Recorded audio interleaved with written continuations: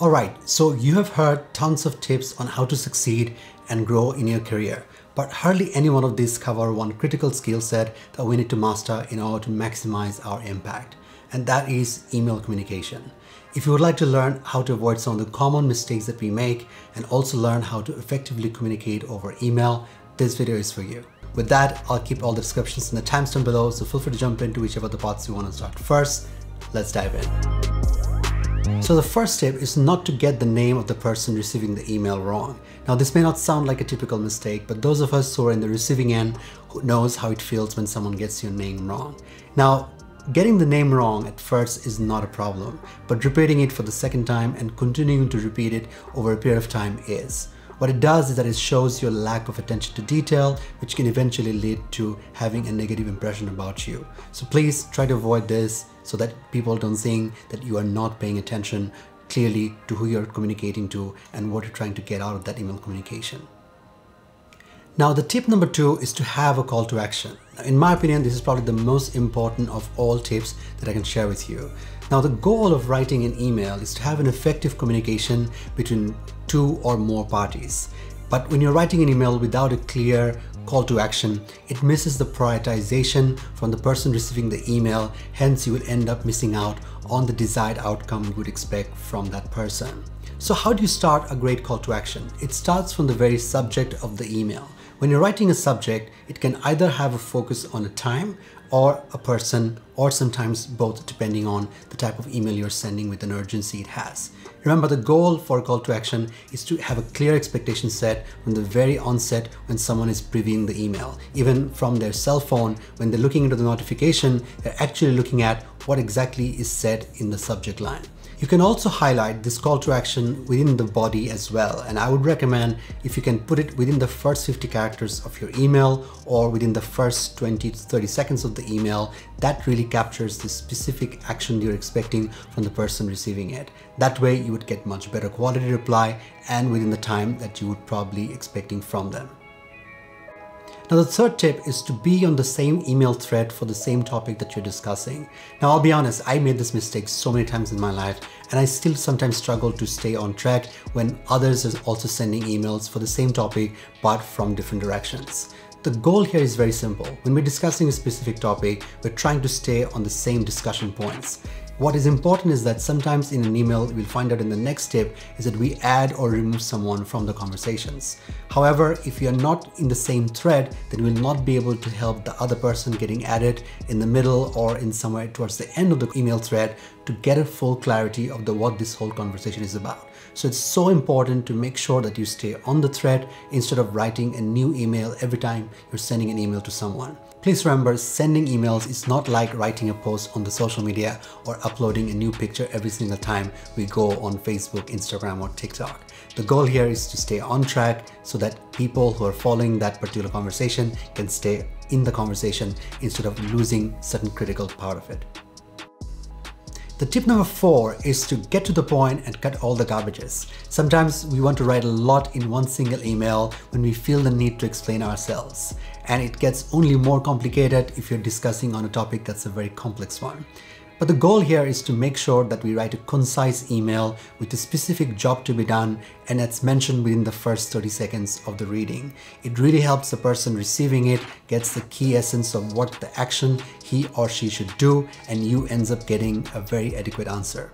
The result, a happy person sitting on the other side of the desk. Another tip here that I can say specifically from my life is not to write emails all the time just because. Sometimes simply a phone call to the person you're going to write the email to makes a big difference. Specifically, if you're giving a feedback to someone on a particular topic or about their job, really think about whether it's the right thing to write an email with a lot of explanations that may just be too hard for the person to read it.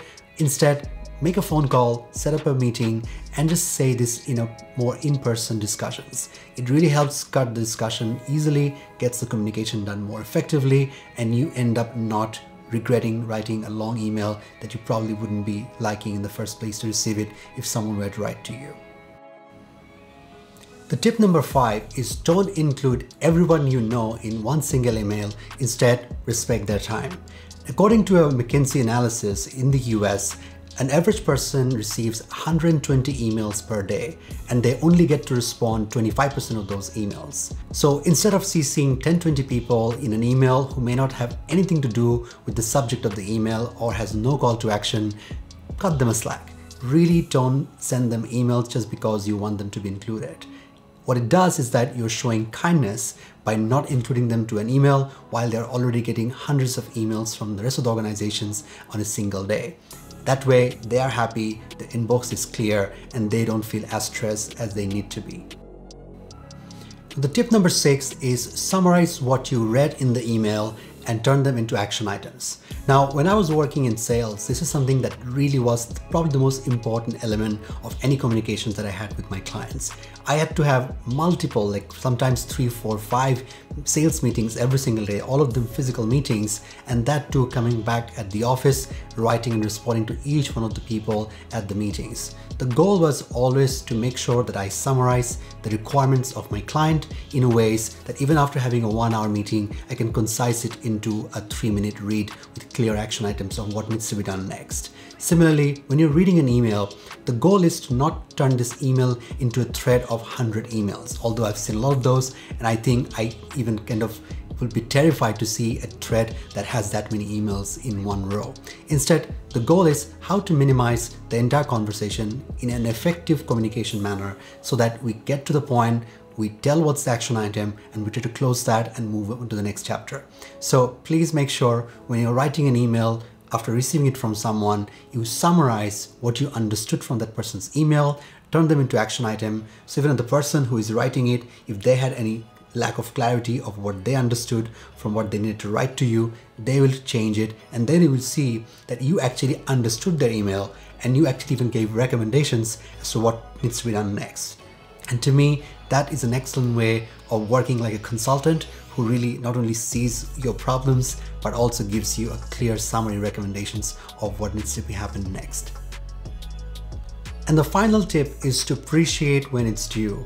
We're in the midst of a big chaos with this pandemic, both in our work and our personal life. So an email can really be used as a great source of happiness if you use it correctly. We get so robotic while writing emails that we forget about the person on the receiving end, how they feel when they get our emails. In my opinion, simply writing a great thank you note to anyone we work, whether it's our team members, our line managers, or anyone within our ecosystems, can go a long way to change how they feel about their work and how they would go on with their day. I would highly encourage you to write thank you notes whenever you can. A great thing about thank you note is that people should collect all the thank you notes that they get in life. I actually even have an inbox that says for rainy days, where I forward all the thank you notes that I ever receive, so that whenever I'm going through a bad day, I can go to that folder and see how someone appreciated something about my work, which can give me a lot of confidence and really help me realize that I should not be giving up on whatever that I'm going through. So there you go, all the 7 tips that I can share from my personal experience that has been extremely useful for me over the years, and I continue to find lots of benefits just by being able to communicate effectively over email with the different stakeholders that I communicate on a daily basis. Skill আর পড়ালেখার জন্য যা কিছু প্রয়োজন একটি অ্যাপেই পাওয়া যাবে সকল সলিউশন। 10 মিনিটস নিয়ে যে কোনো জিজ্ঞাসায় কল করুন 16910।